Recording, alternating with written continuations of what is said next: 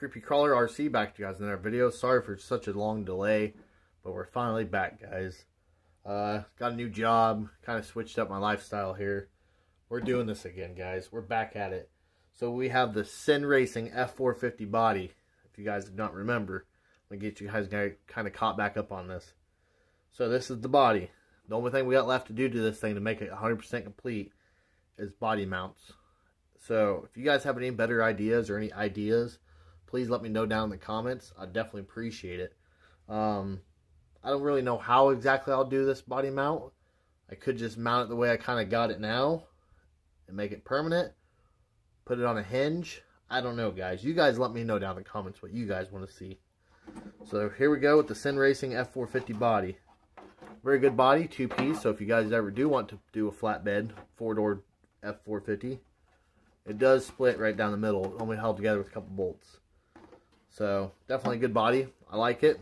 Now the bed's not as deep as it should be, but it looks pretty dang good, guys, for being, I don't know, maybe a $100 body now. I bought it the first day it released, but this is the homemade 100% chassis that we got. The only thing, oh, and we're waiting on shocks. I'm sorry, guys, I forgot about the shock thing back here. Shocks. We're waiting on shocks and a body mount system. I could also do the hinge back here, hinge it on the body so the body can lift up, but you guys let me know. The front is leaf spring. The servo's mounted here. If you guys want to see this here, 100% homemade here. Of course, besides electronics and the tie rods and the axle. So that's that. These brackets here will actually be going away on both sides. ESC's out of Gen 7. It's just a hex fly. Simple, easy. The Titan motor's out of a Traxxas Slash 12-turn 550 motor. Plenty of torque. 2S is what I'm running it on. This here is a Pandora Transmission. I got a video on this. This transmission here has been great, guys. I've been putting this thing through the paces, pulling the trailer. It does pull the trailer, and I pull it with the Red Cat Gen 8 on it. So it's a pretty heavy rig. I got aluminum rims on it, quite a bit of brass, some titanium rods, and this is the trailer, guys. If you guys want to go look at my video, I got a video on how to make this trailer. But this is it. Got some Gen 7 wheels. Quick, easy trailer build here, guys. It didn't even cost me 50 bucks probably. So that's the trailer I've been pulling. Like I said, guys, I've been running this transmission here through some paces.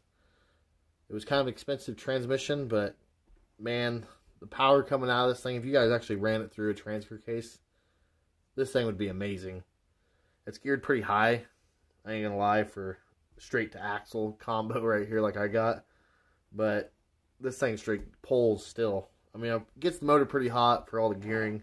There's no way to really re-gear it besides run it through a transfer case. I might do that later on, just run it through the transfer case and then into the rear differential. But I didn't want the transfer case. I wanted it to look like a real two-wheel drive when you've seen it from down below.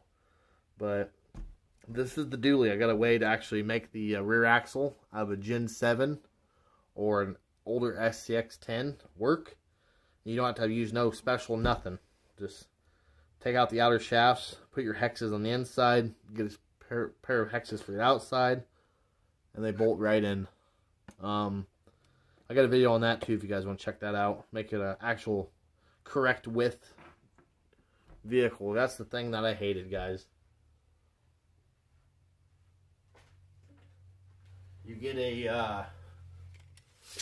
a vehicle and the rear axle measures so freaking wide, it's not even funny. So on this dually here, we're sitting exactly at 10.5 inches on the rear, and then on the front, we're sitting at 9 inches. So we're only an inch and a half wider, which is amazing. So we actually stuck them inside tires in quite a ways on the back, so they don't look so crazy at the body. This thing here drives amazing. I got a video coming up. I'll show you pulling the trailer with the Gen 8 on it. If you guys want to know anything about this, let me know. Everything here was either made or bought for cheaply. The links were made. The Gen 7 rear end I bought used. The Tamiya front semi axle. The leaf springs. The servo. Everything. The Gen 7 ESC. The motor. All this stuff I bought either used. The only thing I really bought new, I guess, would be this transfer case and the servo. Or the transmission. Sorry, not transfer case. And that's it. Everything else on this thing has been 100% reused. Besides the body. The body and I guess the transmission were the most expensive part. And I'm still less than 250 bucks probably into this thing by the time I bought the body and that transmission. And by the time I put all of my parts and time into it. And if you guys see the rear here, let me get you guys up off that pedestal. Look how beautiful that is, guys. Hate to brag, but the clearance on that thing's centered up is perfect. I got a receiver hitch already on the back,